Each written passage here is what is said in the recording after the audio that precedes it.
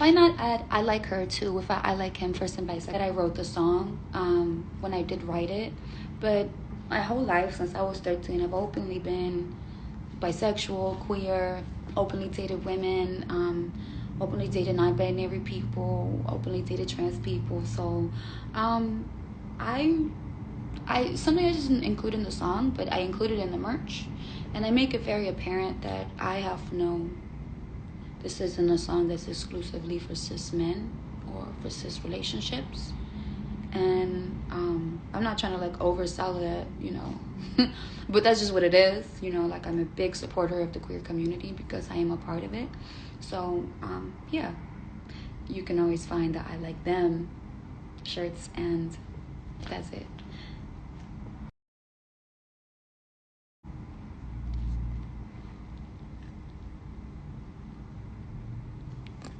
Yes, I did. Those is some real homies from LA. There's some really beautiful Chicano brothers. Some really dope guys that are really into self worth and self value, and they're all essays who, you know, have dedicated their life to bodybuilding and to upholding their community through, you know, self-care and through, you know, physical exercise and lifestyle. And I love them deeply. They were so Dios mío, they were so hot and so fly, and they were just so cool. And yeah, they were some fly cholos. I love them. They were really cool, man. We were talking about some and they were all everybody was professionally casted, so it's not like, you know, you know, they're also actors, and like that's what they do, you know, like they do model work. They're good men.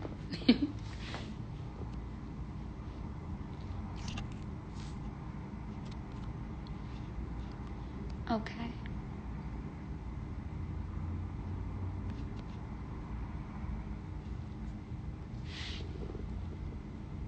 Love seeing the cybergirl side of Princess Nokia.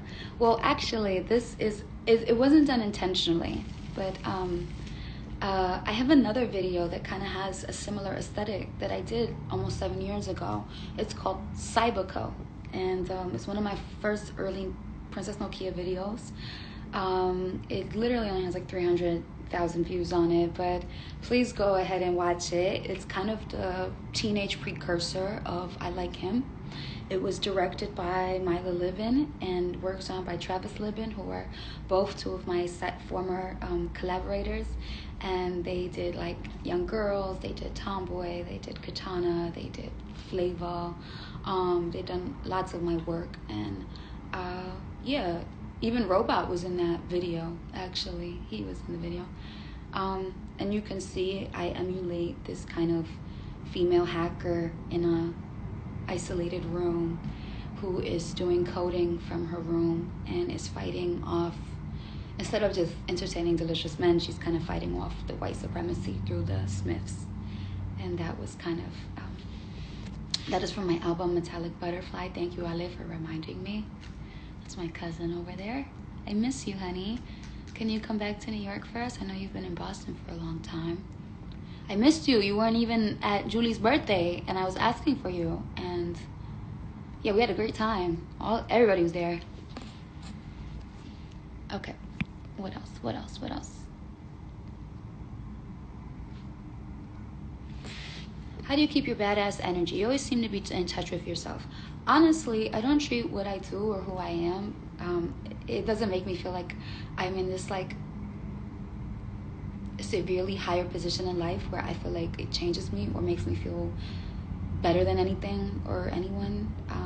I don't know. I just feel like myself. I just feel like myself, and I keep elevating in my job, which is like the goal, you know, like I think I've accomplished everything that I've wanted to do in the underground, and, you know, crossing over into pop mainstream success has just been something that I never thought I was capable of or deserving of. But I do it now, and I love it.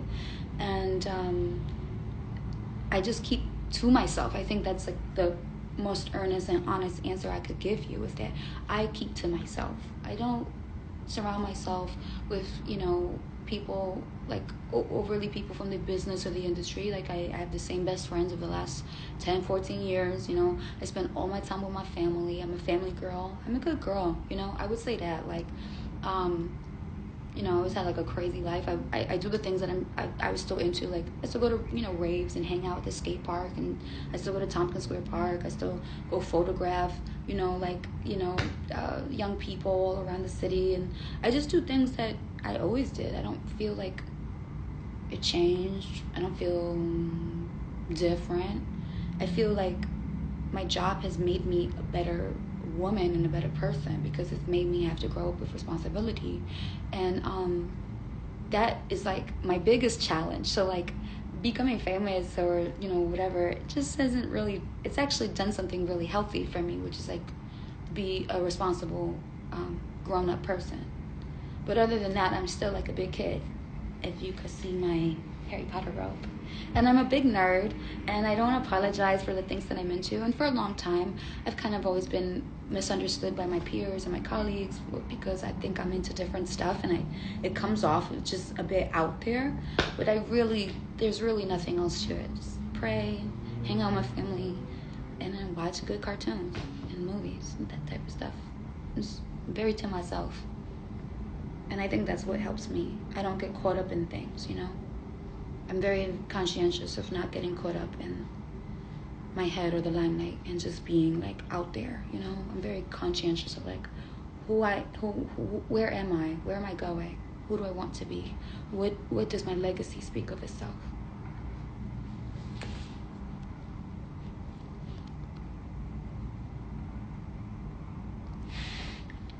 How old were you when you started in the music industry?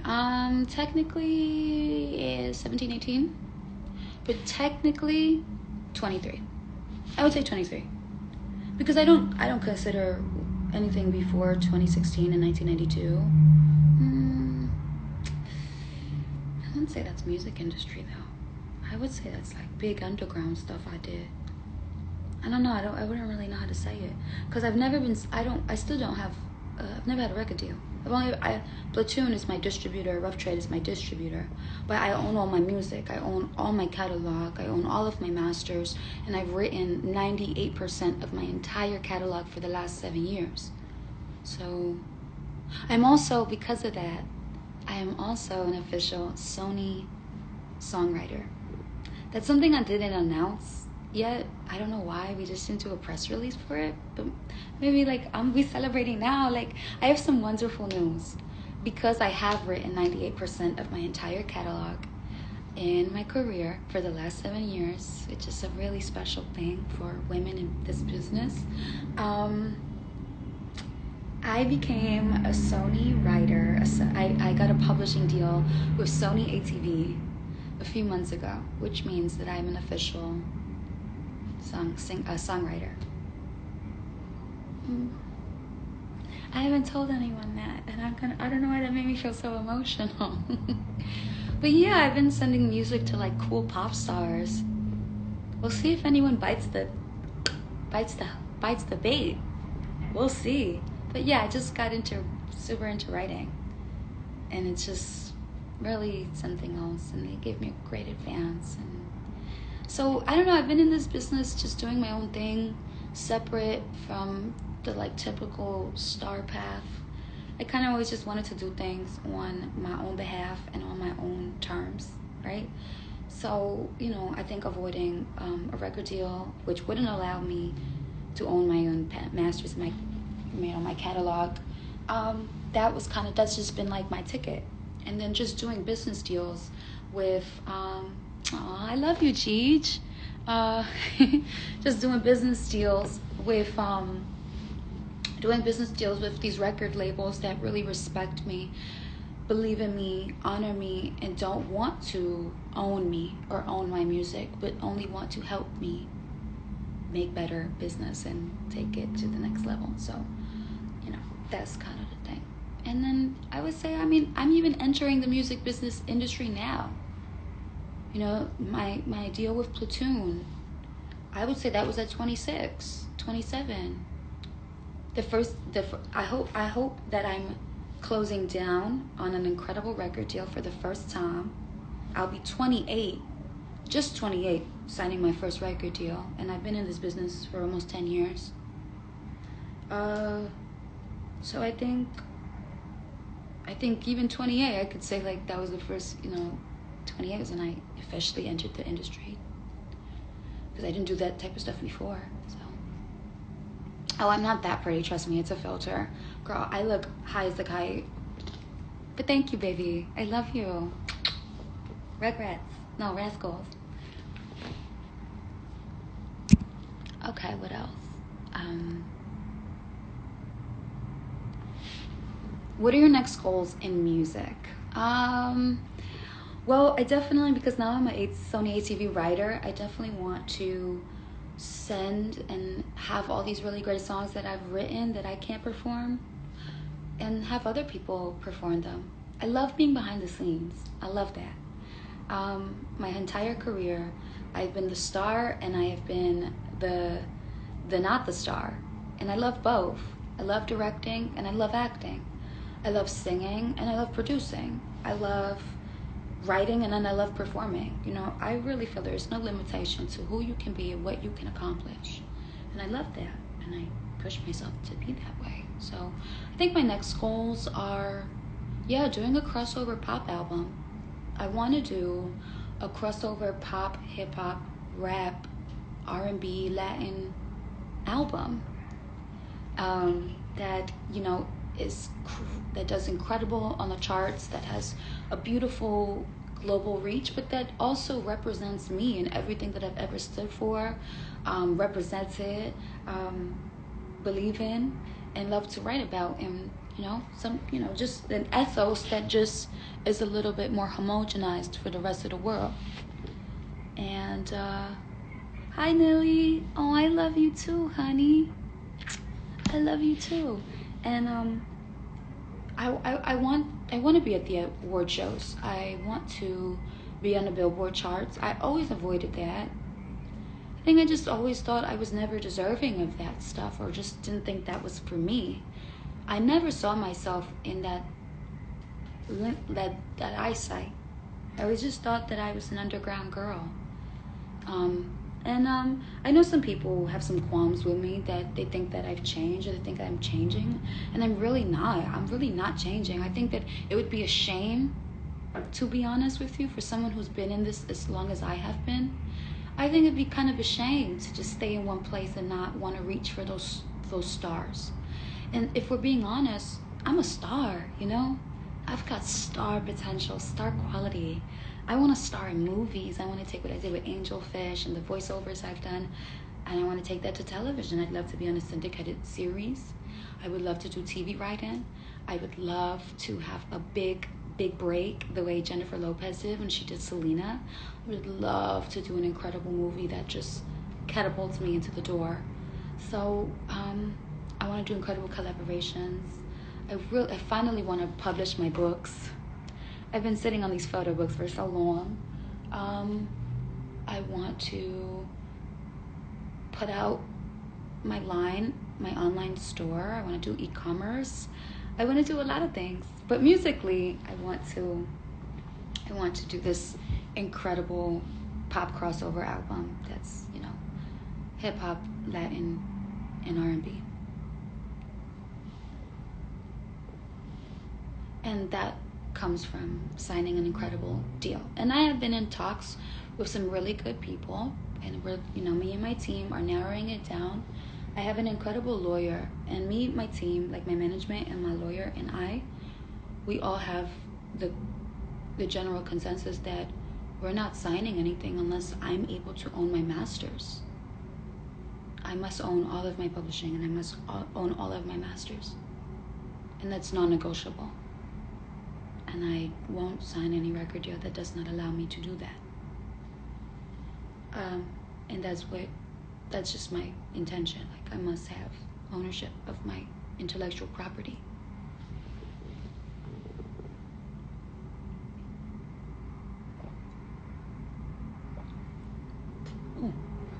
Oh my God.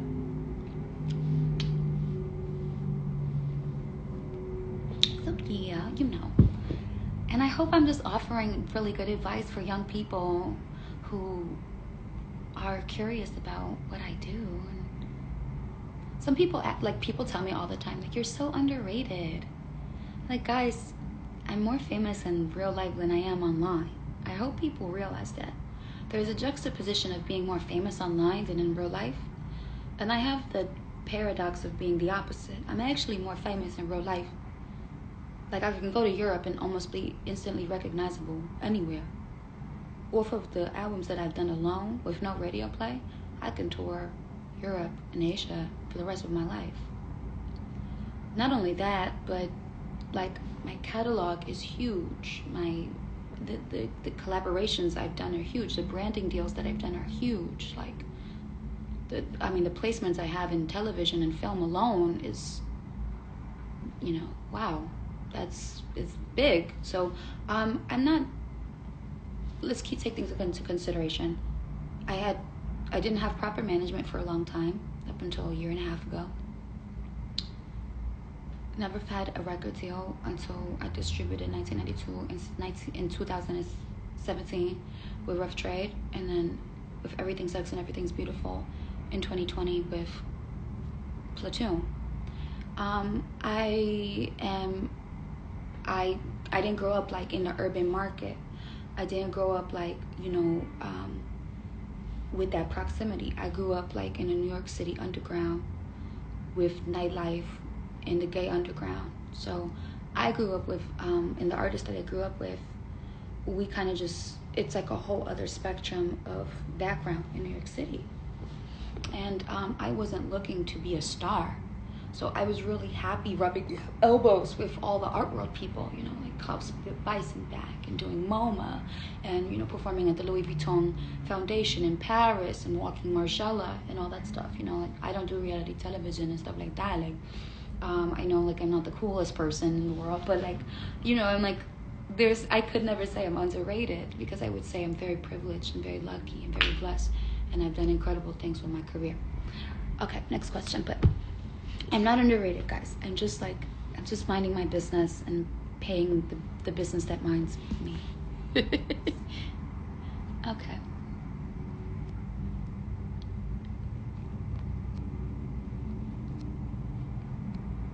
Let's see.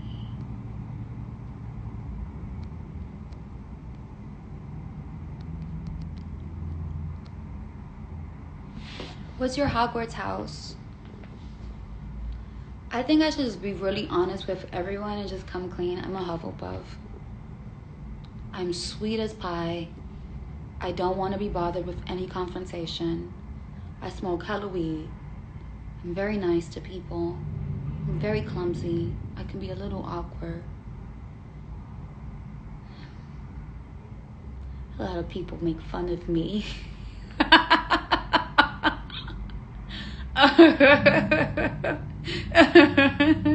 But I am very proud of my Hufflepuff house.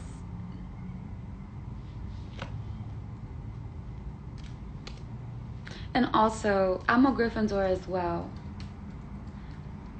I could dress like a Slytherin, and I have some Slytherin qualities, especially with my Scorpio rising, but I'm really not a Slytherin. Slytherin, the biggest virtue and understanding of Slytherins is that Slytherins, they know what they want in life, and they'll do anything to get it. And I'm just not like that. I'm not a blindly opportunistic person.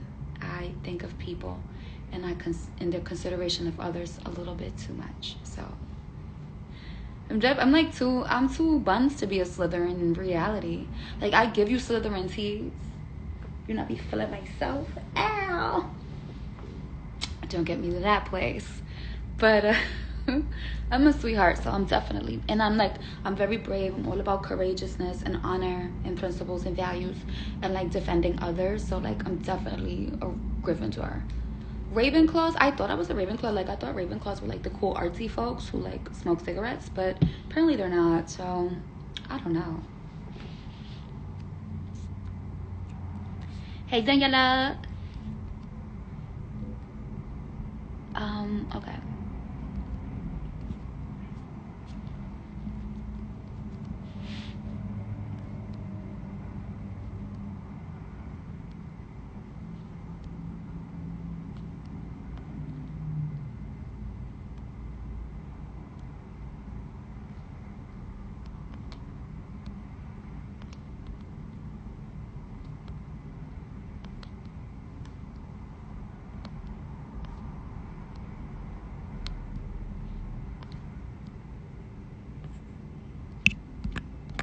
Well, anyway, thank you guys for supporting I Like Him.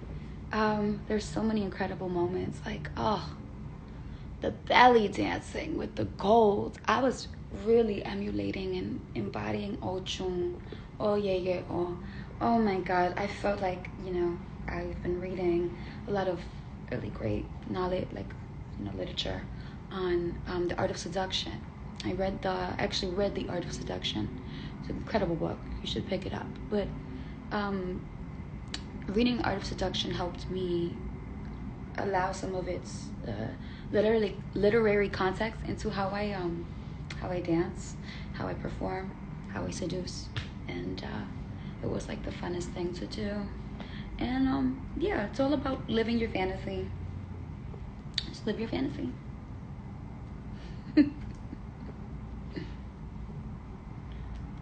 Well, yeah, I'm so happy that the video came out. Thank you guys for supporting it. I'm just going to hang out and relax unless you still want me to answer questions.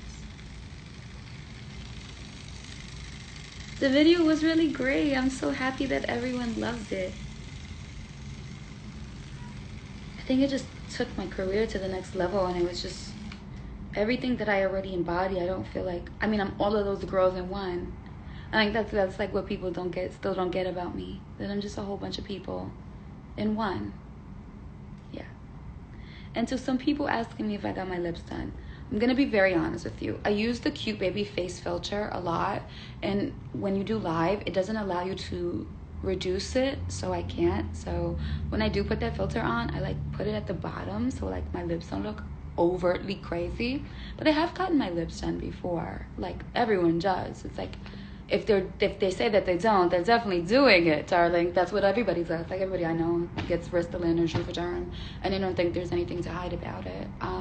I have a smoker's lip, so I have naturally full lips, Afro-Indigenous girl, beautiful lips. But since I've been smoking since I was 13, my lips are I'm getting I'm growing up. So my lips are getting thin at the corners of my top lip. So I always go to the dermatologist, honey, to get her little filled up, just because you just can't be looking crazy anymore when you're in the public eye. Also, the smoker's lip. I haven't stopped smoking. I noticed the negative effects of it, So, just to... And I mean smoking weed. I don't mean the other thing. Though, yes, I know. I'm trying to quit, guys. It's hard. At least I don't jewel. You know what I mean? I know all my teenagers do it, but please. Anyway, we're getting off topic. I'm giving you too much information, but yeah. I've been asked that a lot, and I figure let me just be honest with you instead of trying to fake the funk or act like the girls aren't pumped. I love my fans a lot, and I love being honest with y'all, because I feel like what does anyone have to lie about? Also, I don't want to put out an unrealistic beauty standard there.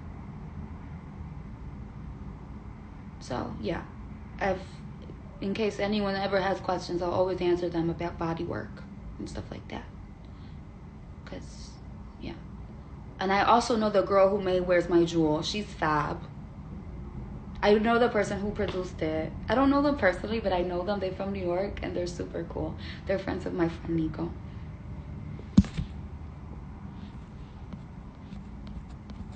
Okay, any more questions about this video? Please let me know. Oh, because that video was just so beautiful. I'm so proud of it.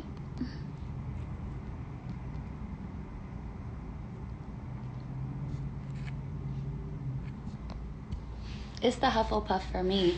Wait, how did I change? How do I have eyeliner now? That's so weird. How did that happen? Oh, that's how I really look. Let's put a butterfly filter. Yes! Okay. Who do you want to collaborate with? There's so many cool girls I want to collaborate with. I want to collaborate with Ashnico, and maybe you'll get that soon. I want to collaborate with. I still really want to collaborate with. I really want to collaborate. Like my dream song is like a song with me, Tierra Whack, No Name, and Rhapsody with Ocean. Like that's like my like classic female New York, like you know, like hip hop, murder scene, just poets, all of us. I said Rhapsody, Tierra Whack, No Name, Ocean. And you could add yeah. That's like a great one for me. Oh, I love the New York girls. I would love to collaborate with like Dream Doll or Cardi B. I think that as like Caribbean women from New York City and from the Bronx and Harlem, we all kind of, and we're all the same age. We're all born in like 1992.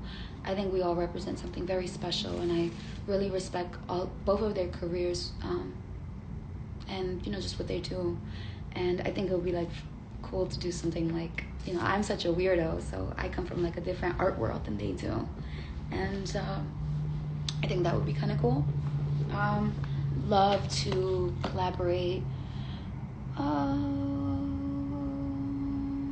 I like artists, like if I was doing emo stuff again, I'd love working with like Clever or Wi-Fi's Funeral. I always wanted to work with Juice WRLD, and I always wanted to work with Gus, who was Little Peep. So those were like some of my dream collaborations, and unfortunately they're no longer here with us. They're with us still, but you know, they're just hanging out in the spirit realm now. Yeah, I'm honestly open to collaborating with a lot of people. Dream collaboration though, I would love to do a song with Casey Musgraves. Like that would just, I would be the happiest person in the whole world. I would love to collaborate with Kalela, Solange. I love to write music for Beyonce. I would love to collaborate with Diana Gordon, who is one of my best friends, and she's incredible. I know Nitty Scott. Love to collaborate with her. I've known her for a really long time. We're good old rap friends. I'm supportive of so many people, and I'm a big fan and a big champion of women. Though I don't know a lot of these people and don't know these women, and I'm not in the mix, it's kind of hard for me to like do that type of stuff. But yeah, I'm open to it now. I think I always had a fear of collaborating with people and never thinking I was good enough. I actually had the opportunity to be on, do you know the song with Jessie Reyez and Kalani and Normani? I was supposed to be on that, and I took myself off because I felt that I wasn't good enough. So I think that I've reached a point creatively and artistically that I just don't have those types of fears and those misgivings about my talent anymore. And my dream collaboration would be with Awkwafina musically, but really I want to do a movie for her.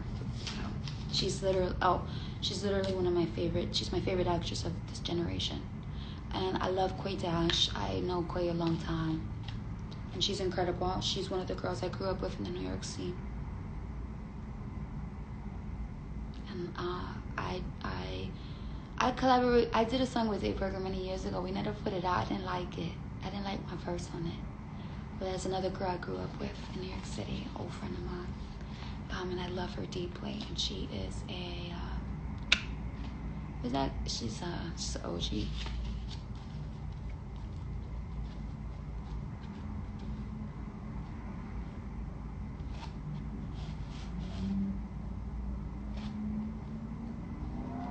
Okay, I gotta go. Oh, I would have loved to have done that with China as well. She was such a lovely girl. Love her so much and miss her. That would have been really, really, really special because, man, we were very similar in a lot of ways.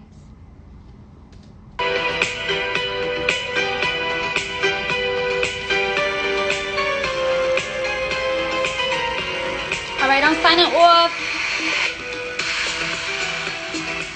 I I love you guys. Thank you for supporting the video. I don't do many lives, but I really had a good time with you guys. And yeah, I'm gonna go watch Harry Potter.